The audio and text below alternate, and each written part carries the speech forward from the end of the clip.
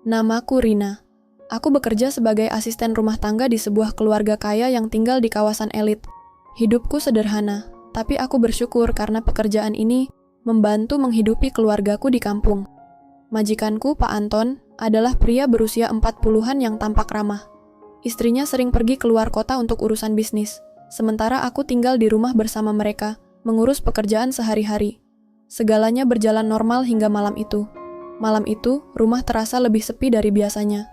Ibu majikanku sedang pergi ke luar negeri selama seminggu, dan aku hanya tinggal berdua dengan Pak Anton.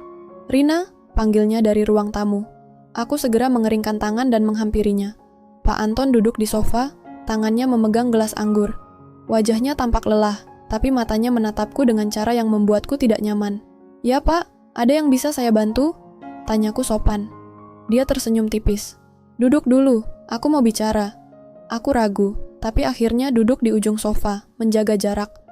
"Kamu sudah berapa lama kerja di sini, Rina?" Tanyanya sambil menyeruput minuman. "Hampir 2 tahun, Pak," jawabku pelan. Dia mengangguk, lalu tiba-tiba mencondongkan tubuhnya ke arahku. "Kamu tahu, kamu itu cantik, Rina.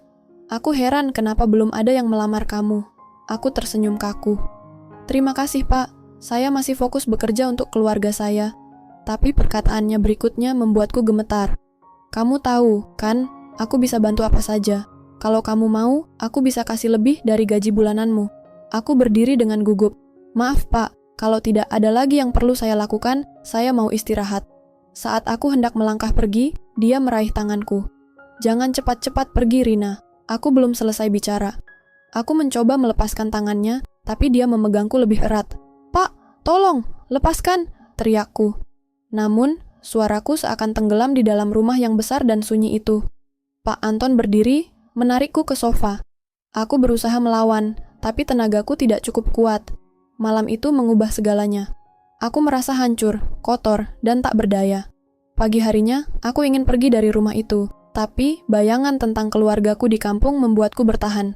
Aku butuh uang untuk mereka. Pak Anton bersikap seolah tidak terjadi apa-apa. Dia tetap ramah, bahkan mencoba mengobrol denganku.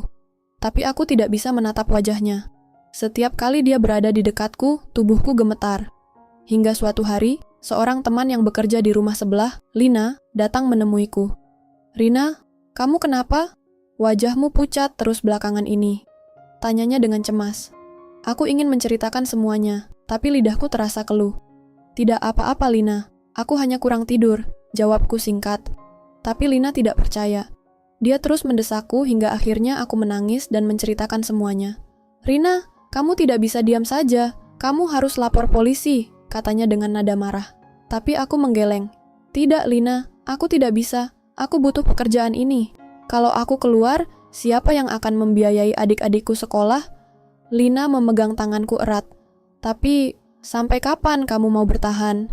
Kalau kamu tidak bicara, dia akan terus melakukan ini. Mungkin ke orang lain juga." Kata-kata Lina menusuk hatiku. Aku tahu dia benar, tapi ketakutanku terlalu besar. Dengan bantuan Lina, akhirnya aku memberanikan diri melapor ke polisi. Awalnya, aku takut tidak ada yang percaya.